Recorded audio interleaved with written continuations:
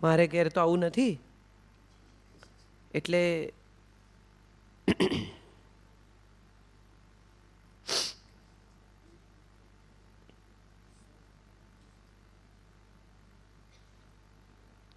નો problem. આમાં એવું છે મજા કે આપણે વાત ભલે સંયમની કરતા હોઈએ, પણ આવી એક નાનકડું પણ જો ડિસ્ટ્રેક્શન આવે ને તો આપણને બધાને એમાં વધારે રસ છે.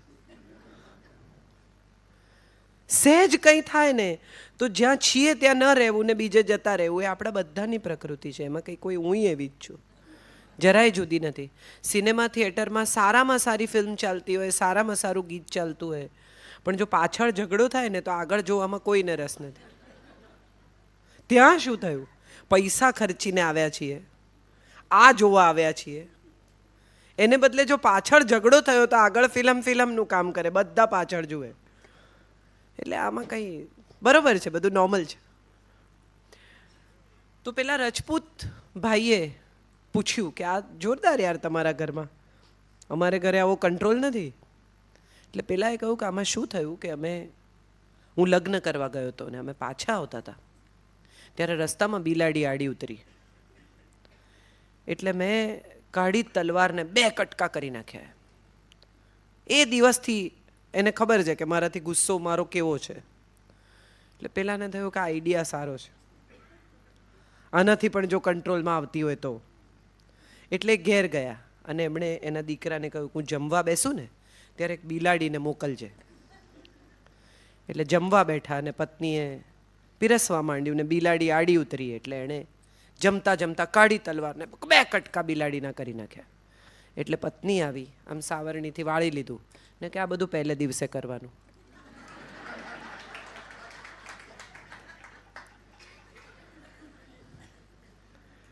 આ બહુ ઇન્ટરેસ્ટિંગ છે.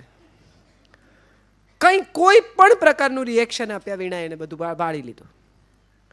એવી રીતે બીજી તરફની કથા છે કે એક પતિ પત્નીના લગ્ન થયા, હનીમૂન પર ગયા અને બંને જણા ઘોડેસવારી કરવા માંડ્યા. એટલે પત્નીનો ઘોડો જડાડિયળ હતો, એટલે ઘોડાએ એકવાર પાડી નાખી, પત્ની ફરી બેઠી, ઘોડાએ બીજી વાર પાડી નાખી, એટલે પત્નીએ રિવોલ્વર કાઢીને ઘોડાને મારી નાખ્યો. એટલે પતિએ એ દિવસથી નક્કી કર્યું કે કોઈ પણ સવાલ 2 જ વાર પૂછો, 3જી વાર નહીં પૂછવાનો.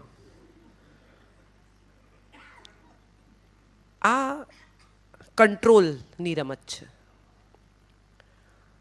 પણ કંટ્રોલ જ્યારે આપણે બીજા પર કરવા નીકળીએ છીએ ને ત્યારે આપણે ભૂલી જઈએ છીએ આખી ગેમમાં કે સૌથી પહેલું જે આપણે કરવું પડે છે ને જાત પરનો સંયમ ખોવો પડે છે. એક વાક્ય મેં બહુ સરસ વાંચેલું કે ટેમ્પરામેન્ટ એ બહુ જ મોંઘી જણસ છે, એને ઘડી ઘડી ખોઈ ન નાખવી. ઘણા લોકો કે I lose my temper very fast. Don't lose it, you may not find it one day. એકવાર છટકેલું મગજ કદાચ પાછું ન આવે તો. હું બહુ નાની હતી ને ત્યારે આમ બાડી આંખ કરીને જોઈએ ને તો મારા નાની મને બીવડાવતા કે છીંક આવશે ને તો આવી જ રહી જઈશ. અને ત્યારથી એ પ્રયોગ મેં બંધ કરી દીધેલો કે કદાચ આવે તો, કદાચ આંખ આવી થઈ જાય તો. માણસે આ દુનિયામાં 2 વસ્તુ બનાવી, બાકી બધું એને કુદરતે આપ્યું. હવા, પાણી, સૂર્યપ્રકાશ, ઓક્સિજન, જમીન. 2 વસ્તુ માણસે બનાવી, એક ધર્મ ને બીજી ભાષા. અને બહુ શાંતિથી વિચારો ને તો સમજાય કે આ 2 વસ્તુએ માણસને જેટલું નુકસાન કર્યું છે ને એટલું દુનિયામાં બીજી કોઈ વસ્તુએ નથી કર્યું. ભાષાનો ઉપયોગ આપણે સામાન્યતઃ કમ્યુનિકેશન માટે નથી કરતા. ખરેખર જો ભાષાનો ઉપયોગ કમ્યુનિકેશન માટે જ કરવાનો હોય તો 500 શબ્દો પૂરતા છે. 500 શબ્દોમાં માણસ પોતાનો વ્યવહાર ચલાવી શકે, એનાથી વધારે એને કોઈ વસ્તુની જરૂરત જ નથી. પણ આપણે વધુ ને વધુ શબ્દો શોધીએ છીએ. એનું કારણ શું? એ શબ્દનો આપણે વધુ ને વધુ ઉપયોગ કરવો છે. ઉપયોગ એટલે શું? આપણે સામેની વ્યક્તિને આપણી વાત પહોંચાડવા માટે આ ઉપયોગ કરીએ છીએ? ના, આપણે સામેની વ્યક્તિને આપણી વાત વધુ પ્રભાવી રીતે પહોંચાડવા માટે શબ્દનો ઉપયોગ કરીએ છીએ. મળ્યું એવું કહેવાથી ચાલે, તો પ્રાપ્ત થયું એવું શા માટે કહેવું જોઈએ? પણ છતાં આપણે પ્રાપ્ત થયું એવો શબ્દ શોધી કાઢ્યો. મળ્યું એવું કહેવાથી તમે ન સમજો, હું તમને કહું કે મને આ મળ્યું તો તમને સમજાય જ, પણ આપણે પ્રાપ્ત થયું શોધ્યું, આપણે એનાથી ઉપરનો શબ્દ શોધ્યો. એનું કારણ એ છે કે આપણે સામેના માણસને વધુ ને વધુ પ્રભાવમાં લાવીને એને કંટ્રોલ કરવો છે. સંયમ એ કંટ્રોલ નહીં કરવાની પ્રવૃત્તિ છે. તમને કોઈ પણ ક્યારેય પણ એમ કે સંયમ એ કંટ્રોલ કરવાની પ્રવૃત્તિ છે, તો મારે એનાથી સાવ કમ્પ્લીટલી કોન્ટ્રાડિક્ટરી વાત કરવી છે કે સંયમ એ કંટ્રોલ કરવાની પ્રવૃત્તિ છે. તમારી સામે કોઈ ખાતું હોય અને તમને એમ થાય કે લાવ એક પાણીપુરી ખાઈ લઉં, અને તમે ન ખાઓ, એ સંયમ નથી. તમે બનાવીને આપતા હો ને છતાંય તમને ઈચ્છા ન થાય, તમને એવો વિચાર જ ના આવે કે લાવ એક મોઢામાં મૂકું, એ સંયમ છે. થયેલી ઈચ્છાને મારી નાખવી, દમન કરવું, શમન કરવું, એ સંયમ જ નથી. સંયમ એ છે કે તમને ઈચ્છા થાય જ નહીં. સંયમ એ છે કે તમે એ આખી પ્રવૃત્તિમાંથી બહાર નીકળી જાઓ, તમારી મનસ્થિતિ બદલાય. કૃષ્ણએ બહુ સરસ કહ્યું છે કે પરિસ્થિતિ બદલવાથી રાષ્ટ્ર નહીં બને, મનસ્થિતિ બદલવાથી રાષ્ટ્ર બનશે. ચરિત્ર નિર્માણ એ કોઈ એવી પ્રવૃત્તિ નથી કે જેની અંદર તમે સામેના માણસને એક કેપ્સ્યુલ આપો, એ ખાઈ જાય ને એનું ચરિત્ર નિર્માણ થઈ જાય. વિવેકાનંદ જ્યારે શિકાગોમાં ભાષણ આપવા ગયા અને પહેલી વાર એમણે કહ્યું, માય બ્રધર્સ એન્ડ સિસ્ટર્સ, એ આખું એ ભાષણ પૂરું થયું પછી એક બહુ જ સૌંદર્યવાન છોકરી એમની પાસે આવી અને એમણે આવીને કહ્યું કે હું બહુ તમારાથી ઇમ્પ્રેસ થઈ છું, મને એવું લાગે છે કે મને તમારા જેવું એક સંતાન જોઈએ છે, હું તમારાથી એક સંતાન ઈચ્છું છું. તમે વિચારી જુઓ કે મારા જેવું સૌંદર્ય અને તમારા જેવી બુદ્ધિ, આવું જો કોઈ સંતાન જન્મે તો કેટલું અદ્ભુત હશે, એ આ સમાજનું કેટલું ભલું કરશે. અને ત્યારે વિવેકાનંદે એને કહ્યું કે મારા જેવું શું કામ, મને જ તમારું સંતાન માની લો. હું એને સંયમ કહું છું. ના બેન, આવું કરાય નહીં, આવું વિચારાય નહીં, આવું કશું એણે નથી કહ્યું. એણે એ શરીર માગવા, સ્નેહ માગવા, પ્રેમ માગવા, સંબંધ માગવા આવેલી યુવતીને એનું માતૃત્વ જગાડી આપ્યું. એને સંયમ કહી શકાય. નરસિંહ જાય છે પોતાની દીકરીનું મામેરું કરવા, પત્ર આવ્યો છે શ્રીરંગ મહેતાને ત્યાંથી કે તમારી દીકરીનું સીમંત છે, આવો. નરસિંહ પહોંચે છે અને વડસાસુ એક લિસ્ટ લખાવે છે. તમે જો કોઈ પણ કુંવરબાઈનું મામેરું મેળવીને પ્રેમાનંદનું વાંચી શકો તો એ લિસ્ટ વાંચીને ભલભલાના હજા ગગડી જાય એવું લિસ્ટ છે. સવાસેર કંકુથી એ શરૂ કરે છે અને ક્યાંની ક્યાં પહોંચે છે.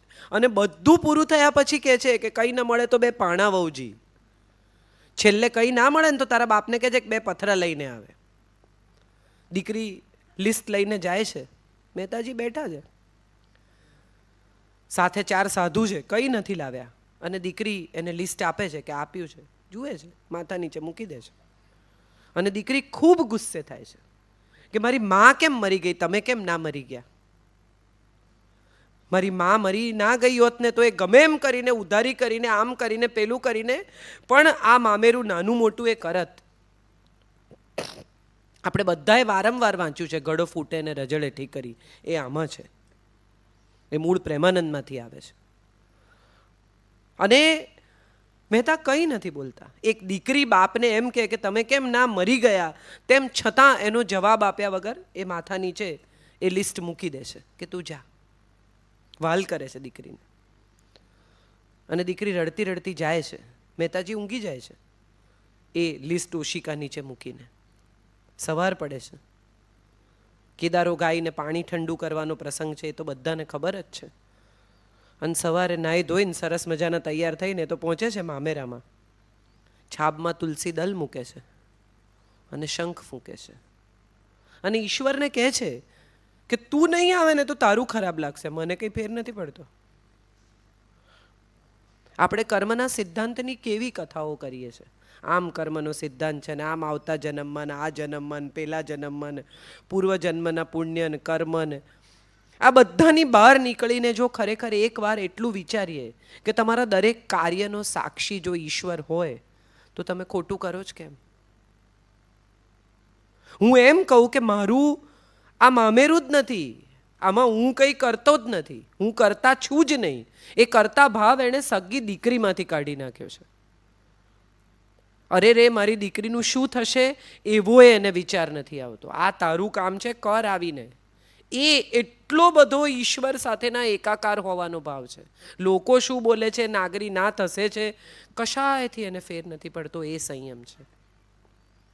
એણે પાછા ફરીને એકવાર જોયું નથી કે લોકો શું બોલે છે. એનું ધ્યાન તો સંપૂર્ણપણે એમાં છે કે પેલો આવે અને હું એના દર્શન કરું. મામેરું લાવે તો સારું, ન લાવે તો વધારે સારું, મને કંઈ ફેર નથી પડતો. દરેક વખતે જ્યારે જ્યારે આપણે આ વાતમાં ઉતરીએ છીએ અથવા જ્યારે જ્યારે આપણે સંયમની વાત કરીએ છીએ અથવા જ્યારે જ્યારે આપણે કંટ્રોલની વાત કરીએ છીએ અથવા જ્યારે જ્યારે આપણે વિરક્તિ અનાસક્તિની વાત કરીએ છીએ, એ દરેક વખતે આપણી અંદર ક્યાંક કશેક નાનકડો અહંકાર છે, હું છોડું છું નો ભાવ છે. આપણે ભગવાનને ત્યાં જઈએ ને ત્યારે બાર્ટર બહુ કરીએ. તું મને આમ આપ તો હું તને આમ આપું. એટલે તમને તું જો મારું આટલું કામ કરી આપે તો હું તને 5 દીવા કરીશ. પણ એ 5 દીવા કરવાનું ઘી લાવ્યા ક્યાંથી? હું તને વાઘા, અમારે ત્યાં શ્રીનાથજી જે લોકો પૂજતા હોય એમ કે ભગવાનને નવા વાઘા કરીશું. પણ એ વાઘા તમે લાવશો ક્યાંથી? એ તમને વ્યવસ્થા કરી આપશે કે એના વાઘા તમે એને ચડાવો. એ ભાવ છે કર્મનો, એ ભાવ છે ઈશ્વર. જ્યારે જ્યારે અનાસક્તિની વાત આવે ત્યારે મને બહુ રસ એટલા માટે પડે છે કે અનાસક્તિની વાતો આપણે બધા બહુ કરીએ છીએ, પણ અનાસક્તિ ખરેખર જો કેળવવાની આવે ને તો આપણામાંથી ભાગ્યે જ કોઈ એ કક્ષાની અનાસક્તિ કેળવી શકે જે કક્ષાની અનાસક્તિ શ્રી કૃષ્ણએ બતાવી. તમે વિચારો કે એક સુરાજ્યનું નિર્માણ કર્યું. એ સુરાજ્ય શું? 22 વર્ષનો 21 વર્ષનો એક છોકરો સાંદીપનીના આશ્રમમાંથી બહાર નીકળ્યો. કોઈ પણ એક યુવાન ગ્રેજ્યુએટ થઈને નીકળે એવી રીતે બહાર નીકળ્યો. ત્યારે કોઈ પણ એક યુવાનની જેમ એના મગજમાં હતું કે મારા બાપાના બિઝનેસમાં નથી જવું, આ માખણ હું નહીં વેચું. આજે આપણો દીકરો આપણને એમ કે આ તમારા પ્રેસ પર બેસવા હું નહીં આવું, કે આ તમારી ફેક્ટરી પર બેસવા હું નહીં આવું, મારે તો બીજું જ કંઈ કરવું છે. એવી રીતે એણે પણ એના પિતાને કહ્યું કે આ માખણ વેચવા હું નહીં આવું. તમે જે માખણ 2 રૂપિયે વેચી કાઢો છો એ માખણ ત્યાં અમૂલમાં પેલો 22 રૂપિયે વેચે છે. આ સાદી આજના કન્ટેમ્પરરી વિષય સાથે તમે આને જોડો તો આટલી જ વાત છે કે જે દહીં દૂધ ઘી આ ગોપ લોકો અહીંયા ઉત્પન્ન કરતા હતા એ બધું જ કંસ એનું બહુ હેવી દાણ લેતો હતો. બરાબર? દાણ ઇઝ વેરો, ટેક્સ, હાઉએવર. સો આ લોકો 2 રૂપિયામાં વેચતા હોય એને પેલો 22 રૂપિયામાં વેચતો હતો. તો આ જે ડિફરન્સ હતો, ક્લાસ ડિફરન્સ, એમાંથી લોકોને બહાર કાઢવાના. આ ક્લાસ ડિફરન્સમાંથી લોકોને બહાર કેવી રીતે કઢાય? તો સૌથી પહેલાં એણે એમ નક્કી કર્યું કે એન્વાયરમેન્ટ ક્લીન કરો. કેવી રીતે ક્લીન કરો? કે આ યમુનાના પાણીમાં જે કાલીય વસે છે એને તમે અહીંથી બહાર કાઢો. જેટલો સાત્વિક અથવા જેટલો વૈજ્ઞાનિક જૈન ધર્મ છે એટલી જ વૈજ્ઞાનિક અને એટલી જ સાત્વિક બીજા ધર્મોની કથાઓ છે. પણ એ ધર્મોની કથાઓ જેમ જૂની થતી ગઈ એમાં એમ જૂની વાતો સાથે બીજી વાતો ઉમેરાતી ગઈ અને એ વાતોને લોકો ભૂલી ગયા. ઇસ્લામની વાત કરીએ તો સૌથી વધારે વુમન એમ્પાવરમેન્ટ જો કોઈ ધર્મમાં હોય તો એ ઇસ્લામમાં છે. મહેર કબૂલ કરવામાં આવે છે લગ્ન વખતે. જો ડિવોર્સ થાય તો આ સ્ત્રીધન એને ચૂકવી આપવાનું, એ મહેર છે. લગ્ન જ્યારે નક્કી થાય ત્યારે નક્કી કરવામાં આવે છે કે ફલાણાના દીકરા સાથે આની દીકરીના વલ્દ આટલી મહેર કબૂલ કરવામાં આવે છે. તને કબૂલ છે? અને પેલો એમ કે હા મને કબૂલ છે તો આ લગ્ન થાય. અને જો ડિવોર્સ થાય તો આ મહેર ચૂકવી આપે તો જ એ તલાક સાચા ગણાય અથવા તો જ એ તલાક સ્વીકારવામાં આવે. આ વુમન એમ્પાવરમેન્ટ આજથી આટલી સદીઓ પહેલાં કરવામાં આવ્યું, એ આપણે ભૂલી ગયા. પેલા 3 વાર તલાક તલાક તલાક આપણને યાદ રહ્યા. જ્યારે જ્યારે કોઈ પણ ધર્મની વિભાવના કરવામાં આવે છે, કોઈ પણ ધર્મની વ્યાખ્યા કરવામાં આવે છે, કોઈ પણ ધર્મની સંસ્થાપના કરવામાં આવે છે, ત્યારે એ સંસ્થાપના, એ વિભાવના, એ વ્યાખ્યાની પાછળનો વિચાર હંમેશા સંયમનો હોય છે, હંમેશા કંટ્રોલનો હોય છે. કયા કંટ્રોલનો? માણસોને કંટ્રોલમાં કરવાનો, લોકોને અફીણ આપવાનો. આ રાધેમાં આપણને બધાને ખબર જ છે, મિની સ્કર્ટ પહેરીને ફોટા પડાવે અને એને લોકો પગે લાગે. આસારામજીના વિડીયો જેમણે જોયા હશે એ બધાને સમજાયું હશે કે આને ગુરુ કેમ કહેવાય. હું તો બાપુને ત્યાં ગઈ હતી ને બોલી આવી કે આપણે 3 જણાને બાપુ તરીકે ઓળખીએ છીએ, એક ગાંધીજીને, એક મુરારી બાપુને ને ત્રીજા આસારામને. પણ એમાંથી કયા બાપુ સાથે આપણો સંબંધ છે તો આપણે જ નક્કી કરીએ ને. આપણે કોને બાપુ કહેવા છે એ આપણે નક્કી કરીએ, એ નક્કી ન કરે. અને એ નક્કી કરવાની આવડત, એ નક્કી કરવાનો અધિકાર, એ નક્કી કરવાની બુદ્ધિ, એને હું સંયમ કહું છું. કોઈ અમુક વર્ણના લોકો હોય એ તો દરેક ચોખ્ખા કપડાં પહેરેલા માણસને પગે લાગે. એને ખબર નથી આમાંથી કોણ કયા વર્ણનું છે. એને માટે તો બધા જ મોટા માણસ છે. એક વાઘરણ હતી, એના વાઘરીનું મૃત્યુ થયું. એટલે વાઘરણે નક્કી કર્યું કે હું સતી થઈશ. એ સમયે બધા ઉચ્ચ વર્ણના લોકો સતી થતા હતા, તો એણે કહ્યું હું પણ સતી થઈશ. એટલે બધા એને સમજાવી કે ભાઈ રહેવા દે, આમાં પડાય નહીં, આ બધું નકામું છે. અમે ગઈકાલે પણ કહી હતી વાત. અને પેલી વાઘરણે કહ્યું કે ના, મારે તો સતી થવું જ છે. એટલે બધાએ પંચે સમજાવી, માણસોએ સમજાવી, ઘરના લોકોએ સમજાવી, પણ કંઈ માની નહીં કે ના હું તો સતી થઈશ. એટલે કે ભલે, જેવી સતીમાની ઈચ્છા. બીજે દિવસે સવારે ઢોલ ત્રાંસા વાગે, એ તો સુંદર દુલ્હનનો શણગાર કરીને નીકળી.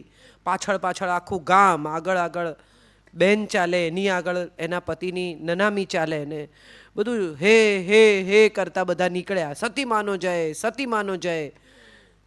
પહોંચ્યા, સૂતા ત્યાં. પેલા એમને સુવડાવ્યા, એમના પતિના શબને. વાઘરણે એમને ખોળામાં લીધું, વાળ છૂટા મૂક્યા, અગ્નિદાહ દીધો, ને જેવી પહેલી ઝાળ લાગી એવી મારી કૂદકોને નીકળી ગઈ. એટલે એ જેવી ભાગી એટલે એની પાછળ ગામ ભાગ્યું. ગામ કેમ ભાગ્યું? કે હવે તો થવું જ પડે. આટલે સુધી પહોંચ્યા પછી તું છટકી જાય એ કંઈ ચાલે બાલે નહીં. એટલે વાઘરણને માંડ માંડ પકડી. એટલે એણે કીધું ઉભા રહો, ઉભા રહો, મારી વાત સાંભળો.